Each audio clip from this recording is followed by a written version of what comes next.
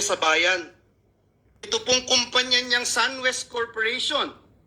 True or false? Ito po ba ang isa sa pinakamalaking government contractor sa bansa? Sagot, true.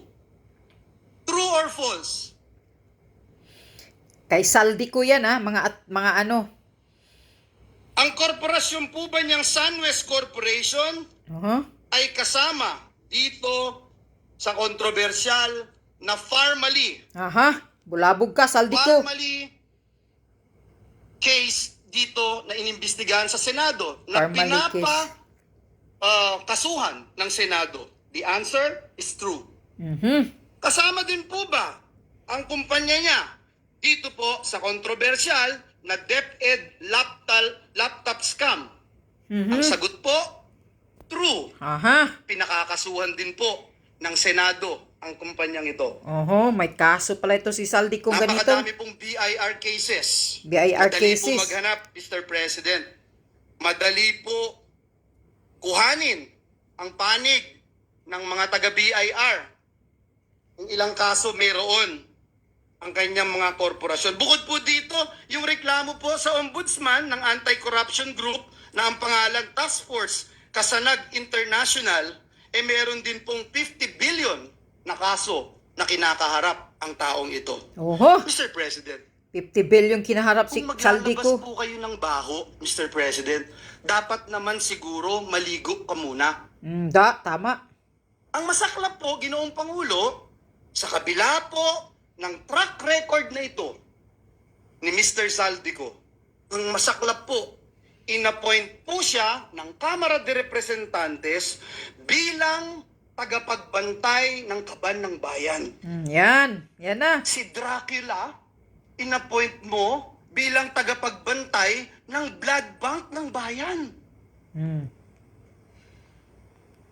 No, yan. Wow, Mr. President. Tama ang sabi ni Sara. Kailan sa kasaysayan ng bayan natin nangyari ang ganitong pagkakataon na isang big-time contractor ang hahawak sa kaban ng bayan? Saldi ko. Philippines, Mr. President. Mr. President, marami po akong pwedeng sabihin, isa-isahin, pero hindi ko ngayon gustong pag-usapan ang napakarami yung kasong ito. Hindi ko po iisa-isahin. Hindi ko po pe-personalin. Marami pong panahon para sagutin itong mga ito. Daming kaso mo pala Saldi ko. Paratang sa atin, Mr. President. Minamaliit ko daw po, Mr. President. Minamaliit ni Joel Villanueva ang boto ng mga kongresista at party list. Sagot, true or false? False. Mr. President, utang ng buhay kong ito ang pagiging miyembro ng Kamara de Representantes. Paulit-ulit ko pong sinabi sa bulwagang ito, hindi ko mararating ang anumang tagumpay na narating ko sa buhay ko kung hindi po ako naging miyembro ng Kamara de Representantes. Marami po akong namimiss, Mr. President, na miyembro ng Kamara. Mahal na mahal natin si Representative Diggs Dilangalen, si Representative Raul Del Mar, si Representative Roy Logoles, Tito Kaloy Padilla. Ang sarap pakinggan, Mr. President. Sa mga party list representative, sila ka Eta Rosales. Eta Rosales. Sila ka Saturo Campo, sila ka Crispin Beltran. Mr. President, naging bahagi sila ng aking buhay. Mamaliitin ko ba ang 3,872 votes na maging kongresista ng Batanes? Bakit ko po mamaliitin? Lagi ko nga pong sinasabi, dapat pakinggan ang bawat representative ng Pilipinas. Doon po sa interpellation namin, nandito po si Senator Bato, madali po niya ikukumpirma. Ano ba yung pinag-uusapan namin about votes? Ang topic po namin ay disenfranchisement. Ang binanggit po namin ay kung tayo po ay iluluklok ng taong bayan bilang senador, tayo po ay iluluklok ng taong bayan bilang party list representative o bilang district representative, may different roles po tayo. Ang disenfranchisement mangyayari kung bubuwagin ng Senado, kakapunin ng Senado, tinatanggalan natin ng karapatan yung mga nagluklok sa bawat miyembro ng Senado na naririto po ngayon. Mr. President, kailanman Yan, kasi minamaliit daw sila ni Saldico. Yan, kinakalkal tuloy. Kaso mo. hindi natin kayang maliitin ang bawat miyembro ng Kamara de Representantes. Higit sa lahat, Mr. President, miyembro po ng Kamara at party list ang tatay ko. Yan ang sabihin ko lang, yan lang yon. At least dito, kinakalkal ni Joel Villanueva ang atraso mo, Saldico. Alam na ng taong bayan kung ano ka, ha? Yan. Yung mga korporasyon mo. Pati pala yung DepEd laptop scam. Kasali pala ang korporasyon mo, yung Parmali. Napilit ninyong sinisiksik na yung Chinese na kaibigan ni PRRD o sino yon, isa ka pala dyan sa Parmali, yung korporasyon mo. At kaso sa mga BIR, ang dami daw pala niyong atraso sa BIR. Ayan mga taong bayan. Kaya ito ang sabi ni Joel Villanueva, ang isang Dracula, siya ngayon ang nagbabantay ng blood bank. So, naintindihan nyo ba yon? Kasi, i-connect natin doon sa sinasabi ni Sara Duterte na dalawa lang katao ang humahawak ng pera ng Pilipinas. Si Saldico at si Martin Romualdez.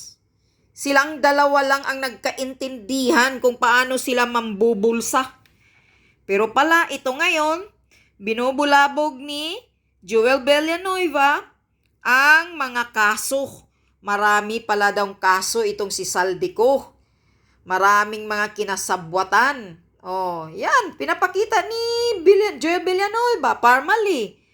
Yung isa niyang, sa DepEd laptop scam na matagal na, malaking issue yan dati kay yung Secretary of DepEd noon, parang si Briones. Panahon ni PRRD ata yun. Ano ba, ganun ba yun? Na mayroong mga DepEds, yung laptop scam na nangyayari, na problema sa eskwelahan yung mga laptop. Parang narinig ko yun noon, ang hiring-hiring sa Senado. Sa iyo pala yan? Involved ka pala yan, Saldico? Sa iyo palang korporasyon na yan? Abaw. Isa ka pala talagang Dracula. Tapos, ang dami mong mga BIR na atraso sa BIR na hindi ka nagbabayad ba? Ano ngayon? Bulabog ka tuloy, Saldico. Yan, taong bayan. Ayan na. Sabi nga, tama si Joel Villanueva.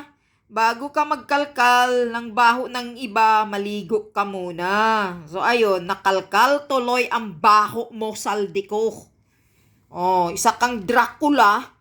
Pero ikaw ang nagbabantay ng blood bank, sabi pa ni Joel Villanueva.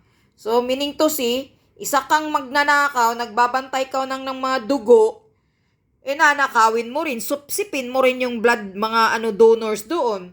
Yun ang ibig sabihin Ang isang Dracula, pinagkatiwalaan mong magbantay ng blood bank. Ang ganda ng ng rhymes na yan, ang motto ni Joel Villanueva. So, ngayon, taong bayan, ito ang baho ni Saldico. Kasi kanina nagsasalita si Sara Duterte na si Saldico at si Martin Romualdez lang ang humahawak ng pira ng Pilipinas. Walang hiya. Nakakagigil, Tingnan nyo. Di ba masakit sa atin yan? Kung gaano tayo naghihirap. Tapos tong dalawang mga gunggong na to, nagkukontrol ng pera kung saan sila lang ang masusunod. Kaya nga ayaw na ni Sara Duterte umaati ng hearing sa Congress. Dahil bakit pa daw siya aatin? Sila lang naman yung ayaw niyang magsagot ng mga question and answer. Alam naman daw niya na dalawang tao lang ang nagkontrol. Si Martin Romualdez at si Saldico lang naman ang nagkontrol ng budget. Bakit pa siya aatin ng hearing? Kaya nga sabi niya, yung budget niya, papaubaya niya sa House of Representatives. So, tapos ngayon kung ano pa nang paipal-ipal ni convicted Franz Castro, kapal ng mukha mong convicted ka, dapat nasa kulungan ka. Ano, Saldico? Amoy tai ka ngayon. Lumabas ang mabaho mo. Dracula ka pala talaga.